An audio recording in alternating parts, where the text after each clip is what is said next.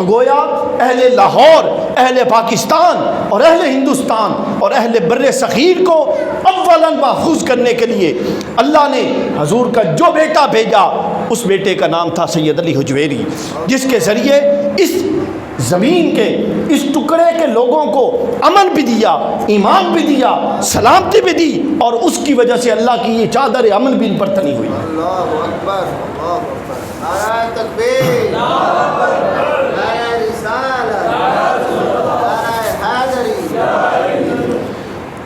تو اس کی وجہ سے، ان کی وجہ سے چادر امن تنی ہوئی ہے، چادر امن تنی ہوئی ہے۔ واللہ عالم، اب یہ جو بات بتانے لگا ہوں اس کی کسی کتاب میں تو نہیں ہے، لیکن ایک ٹی وی چینل میں بیٹھا تھا، وہاں پر ایک پرانے فوجی تھے جو 65 کی جنگ میں تھے، شاہ صاحب بھی شاید 65 کی جنگ انہوں نے بھی لڑی ہوگی۔ تو انہوں نے ایک بات کی، وہ کہتے ہیں ہمارے ہاں یہ مشہور تھا کہ جب اس طرف سے گولے آتے تھے تو جہاں داتا صاحب کا دربار ہے اس سے اوپر کوئی بزرگ کھڑا تھا، لمبے سفید چوغے والا، ادھر سے جو بھی آتا تھا اس سمت، پوری کی پوری سمت، وہ وہاں سے اس کو غائب کر کے اپنے جبے میں یوں چھپا لیتا تھا۔ یہ ایک عملی مظاہرہ تھا کہ جہاں پر آل رسول میں سے کوئی ہوگا اس زمین کو اللہ امن بخش دے گا۔ امن بخشنے کی کئی صورتیں ہیں، سب سے پہلی صورت امن بخشنے کی تو یہ ہے، جس کے یہ اپنی منقبت میں بھی ذکر کر رہے تھے، کہ جو یہاں کا سب سے بڑا کافر اور سب سے بڑا جادوگر تھا حضرت داتا گنج بخش علی حجویری نے اس کو وہاں کا شہنشاہ بنا دیا، ولایت کا مسلمان کر دیا۔ پھر ہزاروں لوگ مسلمان ہوتے رہے تو پہلا امن تو یہ دیا کہ جس خطے میں داتا گنج بخش آ کے بیٹھے، داتا گنج بخش کے صدقے میں اللہ نے اس خطے کا کوئی شخص پھر جہنم میں نہیں بھیجا، جنت میں بھیجنے کا اہتمام کر دیا۔ پہلا امن تو یہ دیا نا، داتا گنج بخش نہ آتے تو کفر، اور کفر کی موت کے بعد جہنم، ایسے ہی ہوتا۔ تو کیا ہوا، جب داتا صاحب تشریف لے آئے تو ان کے توسط سے اللہ نے ایمان کی دولت دی، تو جب ایمان کی دولت میسر آئی تو پہلی حفاظت تو کفر سے ہو گئی، دوسری حفاظت جہنم سے ہو گئی، ایمان کی موت کی صورت میں جہنم سے حفاظت اور جنتی ہو گئے۔ پھر تیسری حفاظت ایمان کی ہوئی کہ وہ وہاں پر آج تک بیٹھے ہیں، اور آج تک ہزاروں لاکھوں لوگ آتے ہیں اور فیض لے کے جاتے ہیں، اور جس کا جتنا ظرف اور جس کا جتنا باطن زندہ ہے وہ داتا گنج بخش علی حجویری سے اتنا اخذ کر سکتا ہے۔ کوئی جاتا ہے، آ جاتا ہے، کسی کو جانا نصیب ہی نہیں ہوتا، اور کوئی اجمیر سے آتا ہے 40 دن بیٹھتا ہے اور اٹھتے ہوئے کہتا ہے گنج بخش فیض عالم مظہر نور خدا۔ یہ وہ شخص ہے جس کے پاس گنج ہے اللہ کے نور کا، گنج خزانے کو کہتے ہیں، یہ خزانے کا مالک ہے، اللہ کے دیے ہوئے خزانوں کا مالک ہے۔ اور اگر کوئی اپنے آپ کو بڑا کامل سمجھتا ہے تو حضرت خواجہ معین الدین فرما کے گئے کہ یہ صرف ناقصوں کا پیر نہیں ہے، بلکہ اگر کوئی کامل سمجھتا ہے وہ بھی اس کے پاس آئے، یہ کاملوں کا بھی رہنما ہے۔ ناقصاں را پیر کامل، کاملاں را رہنما، یہ ناقصوں کا پیر ہے اور کاملوں کی رہنمائی کرتا ہے۔ یہاں ایک اور بات ہے، نعرہ رسالت، نعرہ حیدری، علی بن عثمان داتا علی حجویری۔ یہاں میں ایک اور بات آپ کو بتاؤں، اور بڑی حیرت کی بات ہوگی، شاید وہ کسی چند ایک لوگوں نے سنی ہوگی۔ مولانا اشرف علی تھانوی کا نام سب نے سنا ہے، علماء دیوبند میں بڑے قابل، بڑے عالم تھے۔ مولانا تھانوی تھانہ بھون میں تھے، انڈیا میں تھے، تو ان دنوں میں ان کے داڑھ میں، دانت میں درد ہوئی، تو حکماء بہت کم ہوتے تھے تبھی، تو وہ علاج کروانے کے لیے وہاں سے یہاں آئے۔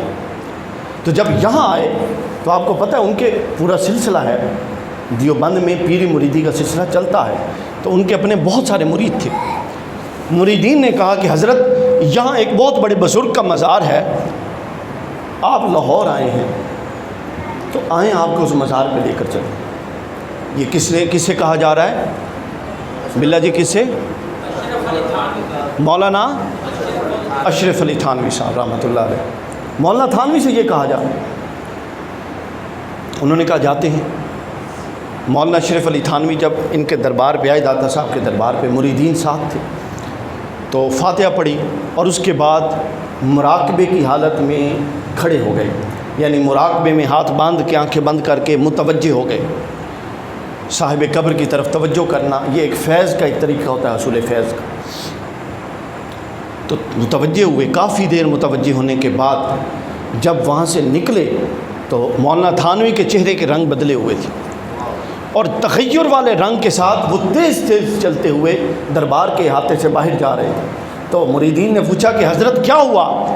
فرماتے ہیں کہ یہ کوئی اتنا بڑا انسان ہے اور اللہ کی بارگاہ میں اس کا اتنا مقام اور مرتبہ ہے، اور اس پر اللہ نے اس کی خدمت میں اتنے ملائکہ ڈیوٹی پر معمور کیے ہوئے ہیں کہ یہ درمیان میں کرسی پر براجمان تھا۔ جب میں نے دیکھا اس کے دائیں بھی ملائکہ کی قطار تھی، اس کے بائیں بھی ملائکہ کی قطار تھی، اور جتنا علاقہ روحانی طور پہ اس کو دیا گیا ہے، کسی پر کوئی مشکل آتی تھی تو یہ فرشتے کو اشارہ کرتا تھا کہ جاؤ فلاں بندے کی مشکل اللہ کے حکم سے حل کر کے آؤ، وہ ادھر چلا جاتا تھا۔ وہ اس کو اشارہ کرتا تھا کہ جاؤ فلاں کی مشکل حل کر کے آؤ، وہ ادھر چلا جاتا تھا۔ فرمایا اس لیے وہ مقام و مرتبے کا شخص ہے۔ تو کہا کہ میں زیادہ دیر اس کی طرف متوجہ نہیں ہو سکا، چونکہ میری روح کے اندر وہ تحمل نہیں تھا کہ زیادہ دیر انوار و تجلیات کو جذب کر سکوں، اس لیے میں نے کہا کہ دعا کر کے نکلنے والی کی جائے۔ حضرت داتا گنج بخش علی حجویری رحمہ اللہ۔ اب ہم آخر میں حصول برکت کے لیے براہ راست قصے کہانیاں تو آپ لوگ سنتے ہی رہتے ہیں، براہ راست کشف المحجوب کے، اور یہ واقعی کشف المحجوب ہے۔ کشف المحجوب کا مطلب ہوتا ہے جو چھپی ہوئی باتوں سے پردے ہٹا دے اور ان کو بے نقاب کر دے۔ کشف کھول دینا، حجاب جو ڈھکا ہوا ہو، یعنی یہ ڈھکی ہوئی باتوں کو کھول دیتے ہیں۔ ابھی میں رستے میں فیضان صاحب میرے ساتھ آئے، ان کو بتا رہا تھا کہ آج کسی وجہ سے مصروفیت تھی، میری کچھ ریکارڈنگ تھی، میں تیاری نہیں کر سکا، تو کشف المحجوب اٹھائی میں نے اس پریشانی میں کہ آج کے موضوع کے لیے کیا تیاری کی جائے۔ یوں پلٹا، جو صفحہ سامنے کھلا یہ 467 نمبر صفحہ، اس کا ایک پیراگراف میں نے پڑھا اور اسی ایک پیراگراف نے کشف کر دیا سارا کا سارا۔ اسی ایک پیراگراف کا درس ہو گیا۔ باب سن لیں، اگر بعد میں آپ لوگوں نے پڑھنا ہو، کتاب پڑھی تھی ادھر بھی، صفحہ اس کتاب میں 478 ہے، 77 ہے، 67 سوری 467، اور باب ہے فنا اور بکا، فنا اور بقا۔ فنا کا مطلب کیا ہوتا ہے جی؟ ختم ہو جانا، اور بقا کا مطلب کیا ہوتا ہے؟ باقی رہنا، ختم نہ ہونا۔ یہ صوفیاء کی ایک اصطلاح ہے، یہ صوفیاء کی کیا ہے؟ اور لطف کی بات دیکھیں، وہ دیں عرفان القرآن میں، لطف کی بات دیکھیں، اصل میں ہمارے جہلاء نے ہمارے پورے کے پورے عقیدے پر گرد ڈال دی، نہیں تو ان سے بڑا عالم بھی کوئی تھا؟ کوئی ایک باب اٹھا لیں، کوئی ایک باب، یہ کشف المحجوب پڑھی ہے، جو صوفیاء پر اعتراض کرتے ہیں آپ لوگوں کو ایک دلیل دے رہا ہوں، کوئی ایک باب اس کتاب کا اٹھا لیں، اس سے کہیں کہ باب کا عنوان لکھنے کے بعد پہلی بات جو حضرت داتا گنج بخش علی حجویری نے کی ہے وہ کیا کی ہے؟ وہ 1 2 3 4 جتنے ان کے مطابق اس موضوع کے استدلال کے لیے قرآن کی آیات تھیں وہ آیات درج کی، اس کے بعد احادیث درج کی، تیسرے نمبر پہ اپنے اور باقی لوگوں کے اقوال لائے ہیں۔ اب یہ باب جو ہے فنا اور بقا، اس باب میں حضرت داتا گنج بخش علی حجویری نے سورہ النحل آیت نمبر 56 شامل کی، ماشاءاللہ۔ سورہ النحل کی آیت نمبر 96، کون سی صورت ہے جی؟ سورہ نحل 16 نمبر صورت ہے اور اس کی آیت نمبر 96، اور ہم موضوع کو مکمل کرنے کے لیے میں اس کے ساتھ 97 شامل کر لوں گا۔ ماشاءاللہ ڈاکٹر صاحب آئے ہیں، 97 بھی شامل کر لیں گے۔ کون سی آیت؟ صورت ہے النحل آیت نمبر 96 اور 97۔ اور یہ جو بڑے لوگ ہوتے ہیں ان کی عاجزی بھی بڑی ہوتی ہے، یقین کیجئے پوری کشف المحجوب پڑھ لیجئے، مجھے بار بار یہ لگتا ہے یہ 2 آیتیں پوری کی پوری جس ہستی پر فٹ آتی ہیں اس کا نام بھی سید علی حجویری ہے۔ فرماتے ہیں اعوذ باللہ من الشیطان الرجیم، قرآن مجید میں ہے، ما عندکم ینفد وما عند اللہ باق، کیا لوگوں جو تمہارے پاس ہے وہ فنا ہونے والا ہے، ختم ہونے والا ہے، مال، اسباب، زندگی، جو کچھ ہو وہ کیا ہے، ساتھ ساتھ آپ بولیں گے تو بات ختم کرتے ہیں، جو کچھ ہمارے پاس ہے وہ کیا ہے، اور آگے قرآن کہتے ہیں وما عند اللہ باق، اور جو اللہ کے پاس ہے وہ فنا نہیں ہو گیا۔ یہاں سے یہ پتہ چلا کہ فرق پوزیشن کا ہے، یہ اگر میرا ہے اس کو میں اپنے پاس رکھتا ہوں تو یہ فانی ہے، اگر یہ میں اپنا اللہ کے پاس رکھوا دیتا ہوں تو یہ باقی ہو جائے گا۔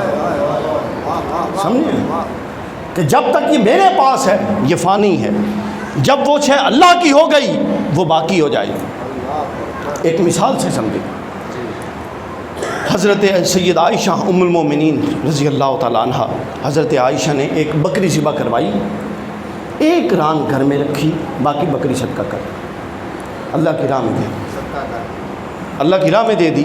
حضور تشریف لے آئے تو حضور نے پوچھا ہے عائشہ وہ بکری ذبح کروائی تھی کیا ہے؟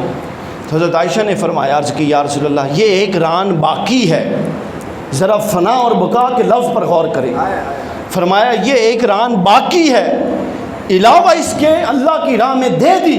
تو حضور نے فرمایا عائشہ نہیں، اپنی اصلاح کرو، جو اللہ کی راہ میں دے دی وہ باقی ہے، یہ جو رکھ لی یہ باقی نہیں ہے۔ سمجھے، یہ جو رکھ لی یہ باقی، اور جو دے دی وہ کس کے پاس رکھوا دی، وہ ادھر رکھوا دی، اور جو ادھر رکھوا دی وہ باقی ہے۔ تو بس یہ فرق ہے، اگر ہمارا باطن، ہمارے افکار، ہمارے نظریات، ہماری سوچ یہیں پر رہی اور ہم نے اپنی دنیا کے ساتھ اس کو جوڑ کے رکھا اور اپنے مفادات کے لیے اس کو استعمال کیا تو کیا ہوگا، جس طرح ہم فانی یہ سب کچھ بھی فانی ہو جائے گا، کبھی کوئی نام بھی نہیں لے گا، ہزاروں آئے اور ہزاروں چلے گئے، ہم بھی چلے جائیں گے، لیکن جنہوں نے اپنا سب کچھ اللہ کے ہاں رکھوا دیا گروی اور بک گئے اللہ کی بارگاہ میں اور سب کچھ اللہ کی راہ میں لگا دیا، دیکھیے ان کو 700 نہیں، 800 نہیں، 1000 سال بیت جائے آج بھی دنیا داتا داتا کر رہی ہے۔ اس کی وجہ کیا ہے؟ داتا گنج بخش علی حجویری بھی ایک عام انسان تھے وضاقتہ میں، فرق یہ تھا کہ انہوں نے اپنے لیے کچھ نہیں رکھا، اللہ کے پاس رکھوا دیا۔ تو جو اللہ کے پاس رکھوا دیتا ہے اللہ پھر اس کا اجر عطا کرتا ہے۔ اس بات کو ذرا قرآن سے آگے سمجھیں، آگے فرمایا، اللہ فرماتا ہے کہ جو تمہارے پاس ہے وہ فانی ہے، جو اپنا تم مجھے منتقل کر دو وہ باقی ہے۔ وَلَنَجْزِيَنَّ الَّذِينَ صَبَرُوا أَجْرَهُمْ بِأَحْسَنِ مَا كَانُوا يَعْمَلُونَ، اور فرمایا کہ اور ہم ان لوگوں کو اجر دیں گے، بہت زیادہ اجر دیں گے جنہوں نے صبر کیا۔ صبر کی 3 قسمیں ہوتی ہیں، گناہوں پر صبر، نیکی کرنے پر تکالیف پر صبر، اور اللہ کی قضا پر صبر، تقدیر پر صبر۔ یہ کل صبر کی 3 قسمیں، جس صبر کی مرضی بات کر لیں ان 3 سے باہر نہیں ہوگی۔ تو جو صبر کرتا ہے یعنی جو راضی ہے اللہ کے ہر فیصلے پر، جو ہر نفس کشی پر راضی ہے اور جو نیکی کے رستے میں آنے والی ہر مشکل پر راضی ہے، اللہ فرماتا ہے کہ جو صبر کرے گا اس کو ہم اجر دیں گے بے احسن، اچھا اجر، وما کانوا یعملون، اور ہم یہ وہ اجر دیں گے جو اس کے عمل کے عوض ہوگا۔ اور آگے فرمایا من عمل صالحا من ذکر او انثی وهو مؤمن فلنحیینہ حیات طیبہ۔ یہ ایک بڑی اہم نقطہ آ گیا، فرمایا کہ پھر جو بڑا اچھا عمل کرتا رہے گا، بہت اچھا عمل کرے گا، وہ مرد ہو یا عورت ہو، یہ کوئی تخصیص نہیں ہے، وہ مرد ہو یا عورت ہو، جو اچھا عمل کرے گا وہ ہوا مومن، اور وہ مومن ہوا، بس ایک شرط ہے، ایمان اور عقیدہ پکا ہوا جو ہم بیان کر چکے، اس کے بعد جو عمل کرے گا فَلَنُحْيِيَنَّهُ حیاتاً طیبہ، ہم اس کو ایک پاکیزہ حیات دے دیں گے، طیبہ پاک حیات دے دیں گے، وَلَنَجْزِيَنَّهُمْ أَجْرَهُمْ بِأَحْسَنِ مَا كَانُوا يَعْمَلُونَ، پھر ہم اس کے عوض اس کو اعمال کا بدلہ دیں گے۔ یعنی یہاں سے یہ پتہ چلا کہ ہر حیات طیبہ نہیں ہوتی، چونکہ کئی حیات شروع ہوتی ہیں اور ختم ہو جاتی ہیں، اگر حیات طیبہ یہ زندگی ہو جو ہم گزار رہے ہیں تو پھر یہ تو ہر ایک کو ملی، یہ تو کافر و مشرک کو بھی ملی، تو امتیاز کیا رہا؟ تو اللہ کہہ رہا ہے کہ جو اچھا عمل کرے اور جو مستقل صبر کرے اس کو ہم کیا دیں گے؟ حیات طیبہ، پاک صاف ستھری حیات، اور اس کو اجر عظیم اور اجر احسن اور اجر اس سب کے عوض جو وہ کرتا تھا اجر دیں گے۔ اس حصے کو سمجھ گئے آپ؟ سمجھ گئے؟ اب اس حصے کی روشنی میں آپ آ جائیں حضرت داتا گنج بخش علی حجویری پر، کہ کتنے لوگ آئے چلے گئے نا، بلکہ اس کے نتیجے پر پہنچنے سے پہلے اسی بات کو جو میں نے بیان کرنے لگا ہوں اور آپ کے ذہن میں آ گئی ہے، ایک اور قرآن کی آیت سے بیان کرتی ہیں۔ اور یہ جو نقطہ ہے یہ حضور شیخ الاسلام نے بیان کیا، سورہ 3 والتین والزیتون، سب کو آتی ہے نا، قاری صاحب آتی ہے نا، اس میں ہے لقد خلقنا الانسان فی احسن تقویم، کہ بے شک ہم نے انسان کو احسن تقویم پر بنایا، اس سطح پر بنایا، ثم رددناہ اسفل سافلین، پھر اتنا اونچا بلند بنا کے اس کو گندوں میں اسفل اور سافلین میں بھیج دیا، گندے ماحول میں بھیج دیا، دنیا میں بھیج دیا۔ ثم رددناہ اسفل سافلین الا الذین، لیکن پھر گندوں میں جب بھیجا تو پھر گندوں میں بھیجنے کے بعد ساروں پر وہ گندگی کا رنگ نہیں چڑھا، بلکہ اس گندے ماحول میں کچھ ایسے بھی تھے جنہوں نے خود کو بچا لیا، وہ عامل الصالحات، جس طرح پہلے آیت میں تھا، نیک عمل کے ساتھ کچھ ایسے تھے کہ انہوں نے اپنے اوپر وہ گندگی کا رنگ چڑھنے نہیں دیا۔ قرآن کہتا ہے الا الذین آمنوا، جو ایمان بھی لائے، وعملوا الصالحات، اور نیک عمل بھی کیے، فَلَهُمْ أَجْرٌ غَيْرُ مَمْنُونَ، تو بس جو ایسے ہوں گے ان کا اجر اتنا ہوگا کہ کبھی ختم ہی نہیں ہوگا۔ اجر غیر ممنون کہا، یعنی جو کبھی منقطع نہیں ہوگا۔ اب یہاں پر ایک عقیدے کا نقطہ بتا دوں جس سے آپ کو بڑا لطف آئے۔ عقیدے کا نقطہ یہ ہے کہ ان لوگوں سے پوچھو جا کے، یہ دو آیتیں سورہ نحل اور سورہ 3 کی آیت، جو یہ کہتے ہیں کہ داتا علی حجویری داتا کرنے والے، خواجہ فرید کرنے والے، بابا فرید کہنے والے، غوث العظم کا ذکر کرنے والے، تم لوگ جاہل ہو، وہ تو مر گئے، معاذ اللہ، وہ تو مر گئے۔ تو ان سے یہ پوچھو کہ یہ قرآن تو یہ کہتا ہے کہ جو نیک ہوئے، جو اچھے بنے، پھر اچھوں میں بننے کے بعد بروں میں رکھا گیا، مگر انہوں نے خود پر بروں کا رنگ نہ چڑھنے دیا، آمنوا وعملوا الصالحات ہوئے۔ اللہ تو کہتا ہے فَلَهُمْ أَجْرٌ غَيْرُ مَمْنُونَ، ان کا اجر ختم ہی نہیں ہوگا۔ تو یہ کیسی عقل کی بات ہے کہ جن کا اجر نہیں ختم ہو رہا وہ خود ختم ہو گئے۔ دیکھیں نا، جن کو اجر دیا جانا ہے، اگر یہ اجر داتا صاحب کا جو آج ذکر ہو رہا ہے، اللہ کہتا ہے فَاذْكُرُونِي أَذْكُرْكُمْ، یہ قاعدہ ہے، جتنا تم میرا ذکر کرو گے اتنا میں تمہارا ذکر کروں گا، بس ختم۔ یعنی اتنا تو خواجہ فرید نے اللہ کا ذکر کیا ہوگا، اتنا تو داتا گنج بخش نے اللہ کا ذکر کیا ہوگا کہ 900 سال گزرنے کو ہیں، مگر آج بھی داتا کا ذکر کروایا جا رہا ہے۔ یہ داتا کا اجر غیر ممنون ہے جو ختم نہیں ہو رہا، نہ ہوگا۔ اگر داتا کو دیا جانے والا اجر غیر ممنون ہے اور ختم نہیں ہوگا تو یہ کیسے ہے کہ داتا خود ختم ہو چکا؟ تو پھر وہ اجر دیا کسے جا رہا؟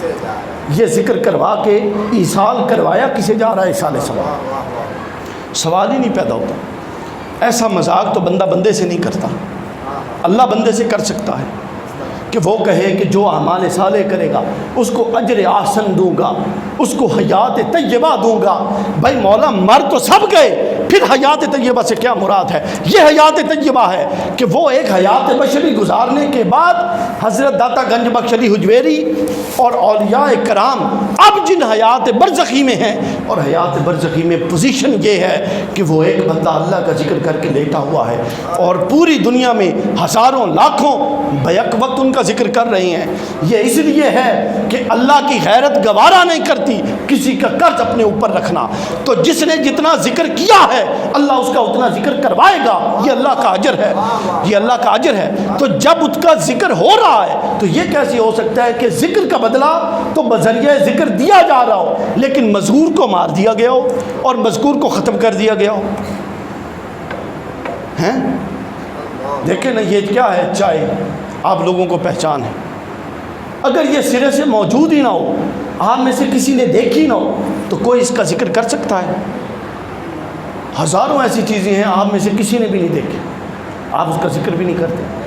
تو کسی چیز کا ذکر کرنا اس بات کی دلیل ہوتی ہے کہ وہ موجود ہے. تو اللہ اگر اپنے خاص امر کے تحت اپنے اولیاء کا ذکر کرواتا ہے تو یہ اس بات کی دلیل ہے کہ اللہ کا وہ ولی حیات برزخی میں زندہ ہے. اور یہ حدیث صحیحہ سے ثابت ہے. اور حضور علیہ السلام، صحیح بخاری میں حدیث، حضور نے فرمایا کہ جب میں معراج پہ جا رہا تھا تو میں نے کیا دیکھا کہ حضرت موسیٰ علیہ السلام یصلون فی قبری، اپنی قبر میں کھڑے ہو کے نماز پڑھ رہے تھے. تو یہ ایک نکتہ علمی بھی تھا لیکن میں نے قرآن مجید سے آپ لوگوں کو سمجھا دیا. اب آخری 4-5 منٹ اس میں ہم فنا اور بقا کے باب میں جو حضرت داتا صاحب نے آیات لی تھی ان پر ہم بات کر چکے. اب انہوں نے اس سے 3 نکتے نکالے ہیں، بیان کیے ہیں کہ فنا اور بقا کے کتنے درجے بیان کیے داتا صاحب نے. وہ 3 درجے میں آپ کو بس سمجھا دوں. وہ فرماتے ہیں کہ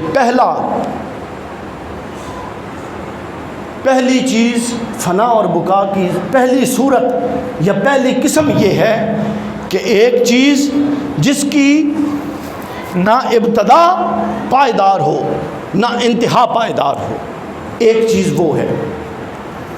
یعنی اشیاء کی اقسام میں سے فنا اور بقا کے باب میں پہلی چیز وہ ہے کہ جس کی نہ ابتدا پائیدار تھی نہ انتہا پائیدار ہوگی. تو جب داتا صاحب سے پوچھا گیا کہ حضرت وہ چیز کیا ہے تو آپ نے فرمایا دنیا، کہ ایک وقت تھا یہ نہ تھی، پھر یہ ہو گئی، پھر ایک وقت آئے گا یہ نہیں ہوگی. تو فرمایا کہ یہ فنا کی آخری قسم میں سے ہے کہ جس کی ابتدا بھی ناقص ہے اور انتہا بھی ناقص ہے. یہ دیکھیے کتنی اونچی بلند بات ہے. دوسرا فرماتے ہیں دوسری قسم کہ جس کی ابتدا تو تھی، جس کی ابتدا تو نہ تھی مگر اس کا انجام اور انتہا ٹھیک تھی. دوسری قسم یہ. تو پوچھا گیا کہ وہ کیا ہے تو آپ نے فرمایا جنت اور دوزخ، کہ جب ابتدا تھی تو ان کو ساتھ نہیں بنا دیا گیا تھا مگر اختتام میں ان کو بنایا جائے گا اور ان کے مکینوں کو ان میں ٹھہرایا جائے گا. تو فنا و بقا کے باب میں دوسری چیز فرماتے ہیں جنت و دوزخ ہے. پہلی کیا تھی؟ دنیا، جس کی ابتدا بھی ناقص جس کی انتہا بھی ناقص. دوسری چیز جس کی ابتدا ناقص لیکن اس کی انتہا کامل. تیسری چیز فرمایا ایسی جس کی ابتدا بھی کامل اور اس کی انتہا بھی کامل. پوچھا گیا کہ حضرت وہ کیا ہے؟ فرماتے ہیں وہ میرے رب کی ذات ہے جو ہمیشہ سے ہے. وہ نہ ابتدا میں کوئی نقص لاحق ہوا نہ انتہا میں اس کو کوئی نقص لاحق ہوگا. وہ ہمیشہ سے تھا اور ہمیشہ رہے گا. نعرہ تکبیر، نعرہ رسالت، نعرہ حیدری، علی بن عثمان، علی داتا علی حجویری. اب یہ 3 چیزیں آپ سمجھ گئے. یہ حضور داتا صاحب کا مضمون تمام ہوا. اب اس مضمون سے میں استدلال کر رہا ہوں کہ یہی 3 رنگ صوفی اور بندے کی ذات میں نظر آتے ہیں. بعض صوفیاء کا ایسا ہوتا ہے کہ جو ساری عمر تصوف کا ڈھونگ تو رچاتے ہیں، واعظ درس تقریریں تو ہماری طرح سے کرتے ہیں، مگر ان کی ابتدا بھی ناقص ہوتی ہے، ان کی انتہا بھی ناقص ہوتی ہے. ابتدا ناقص اس لیے ہوتی ہے کہ اخلاص نہیں ہوتا. انتہا ناقص اس لیے ہوتی ہے کہ وہ قربان کرنے کے لیے تیار نہیں ہوتے، آخر تک اپنے مفادات میں گھرے رہتے ہیں، اپنے مفادات میں گھرے رہتے ہیں. یہاں سے ایک داتا صاحب کی کشف المحجوب کی ایک اور بات بتاؤں، آپ لوگوں نے ناراض نہیں ہونا.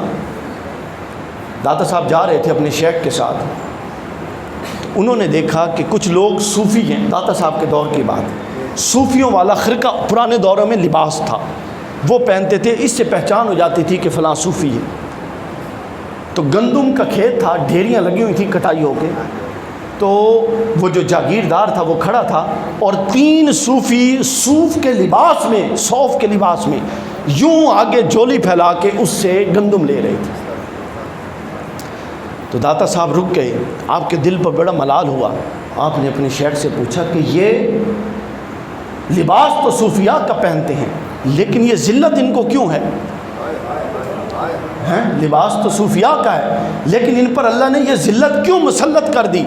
تو ان کے شیخ نے پتہ کیا جواب دیا، جو داتا صاحب نے خود کشف المحجوب میں لکھا. پورا کشف المحجوب سے باہر آج نہیں جائیں گے. فرماتے ہیں کہ بیٹا وجہ یہ ہے کہ ان کی ابتدا ناقص ہے، یعنی جو ان کا پیر ہے وہ اس چکر میں رہتا ہے کہ مرید بڑھ جائیں. یہ داتا صاحب نے لکھا. تو جو بندہ مریدوں کے چکر میں ہے اور نذرانوں کے چکر میں ہے، کیا خیال ہے کہ اس کے فیض یافتگان میں کوئی حمیت دینی پیدا ہو سکتی ہے؟ نہیں ہو سکتی. دوسرا آ جائیں، ایک یہ طبقہ. دوسرا طبقہ وہ کہ جن کی ابتدا تو ناقص تھی مگر انتہا کامل ہو گئی. یہ صوفیاء کے احوال میں دوسرا حال کہہ سکتے ہیں ہم اس کو. دوسرا حال کیا کہ ابتدا ناقص تھی، دنیا داری میں تھے، گناہوں میں تھے، جو بھی تھا، مگر سمجھ آ گئی، توبہ کر لی، اخلاص سے کام کیا اور پھر جنت میں پہنچ گئے. لیکن داتا صاحب کے اس استدلال سے جو میں نے اخذ کیا ہے، اس سے پتہ لگتا ہے کہ یہ بھی اکمال کا آخری درجہ نہیں ہے، بلکہ اس میں بھی ایک نقص پایا جاتا ہے، اور اس نقص کی طرف اشارہ بھی کشف المحجوب میں ہی داتا صاحب نے کیا ہے، اور حضرت رابعہ بصریہ نے کیا، اور عوارف المعارف میں امام عمر شہاب الدین سہروردی نے کیا. فرماتے ہیں کہ کچھ لوگ اللہ کا عبادت جنت اور دوزخ کے، جنت کی لالچ اور دوزخ کے ڈر سے کرتے ہیں. تو حضرت رابعہ بصریہ نے فرمایا کہ وہ مذموم نہیں ہے، قابل مذمت نہیں ہے، لیکن یہ عبادت تاجروں کی عبادت ہے. یہ تو تجارت ہوئی کہ یہ کر دیا، اس کے بدلے میں یہ دے دے، بس یہ تاجروں کی عبادت ہے. لیکن یہ دوسرا درجہ ہے. کون سا؟ جو ابتدا ناقص تھی لیکن انتہا میں بہرحال انجام خیر ہوا.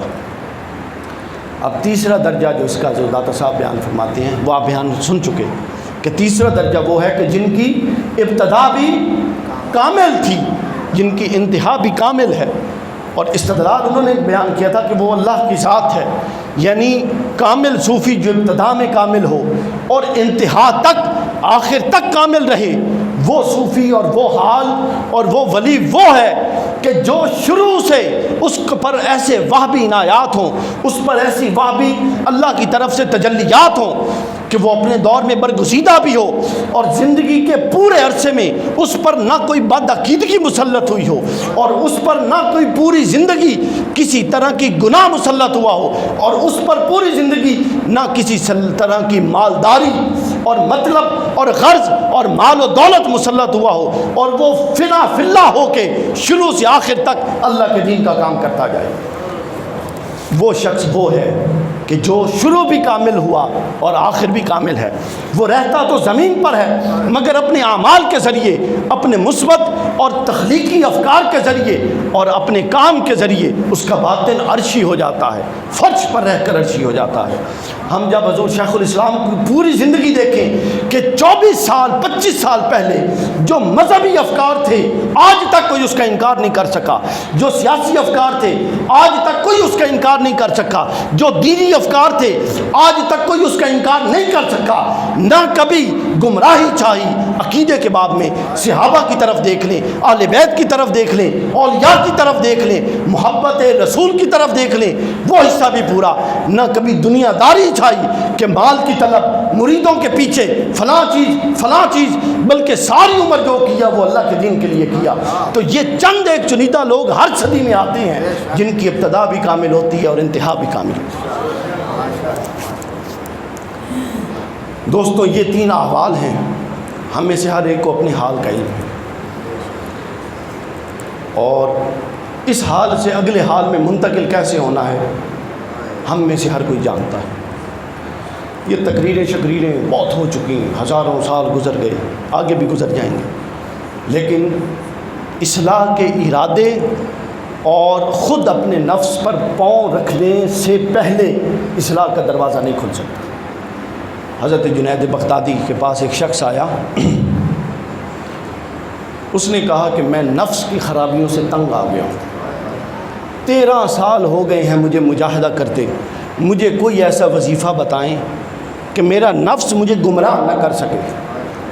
حضرت جنید بغدادی مسکرائے، اس نے کہا کیا تو اللہ کے قانون کے خلاف جانا چاہتا ہے؟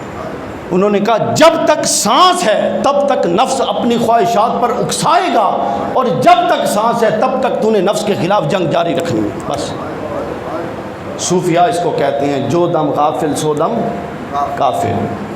تو بس ہر دم سیلف انالیسز، اپنا محاسبہ، اپنی اصلاح، عقیدہ آپ لوگوں کو اللہ نے دیا ہے، اعمال کی فکر کریں، اعمال نیک کریں، فرائض نمازوں کے ترک سے باز آئیں۔ جھوٹ، بدگمانی، غیبت، ادھر کی ادھر ادھر کی ادھر ہمارے معاشرے میں بہت زیادہ ہے، اور دین کے باب اگر کھول کے کتابیں دیکھی جائیں تو معاملات پر سب سے زیادہ زور دیا گیا۔ اپنے معاملات کو بہتر کریں، اپنے گھر والوں کے ساتھ معاملات کو بہتر کریں، اپنے بزنس، کاروبار، جاب، اپنے کولیگز کے ساتھ معاملات کو بہتر کریں، چیزوں کو ٹرانسپیرنٹ کریں، دل میں بغض رکھ کے پال کے دشمنی بنانے کی بجائے منہ پہ اختلاف کر دیں، بتا دیں یہ بات ٹھیک نہیں ہے، ختم ہوئی بات۔ بس اپنے حال کو بہتر کریں۔ حضور شیخ الاسلام فرماتے ہیں کہ 3 چیزیں ہر روز آگے جانی چاہیے، علم، عمل اور اخلاق۔ جس کی یہ 3 چیزیں ہر روز پچھلے دن سے بہتر ہوں، وہ درجہ ایمان میں ہے۔ اور حدیث پاک میں ہے کہ مومن کے 2 دن ایک جیسے نہیں گزرتے، بلکہ ہر آنے والا دن پچھلے دن سے بہتر ہوتا ہے۔ تو یہ وہ پیرامیٹرز ہیں جن میں ہم اپنے آپ کو جانچ سکتے ہیں کہ ہم کہاں پہ کھڑے ہیں۔ اللہ تعالیٰ سے دعا ہے کہ ہمارے حال پر لطف و کرم فرمائے، اور ہمیں اولیاء صالحین ان کے فیوز اور برکات عطا فرمائے۔ وما علینا الا البلاغ المبین۔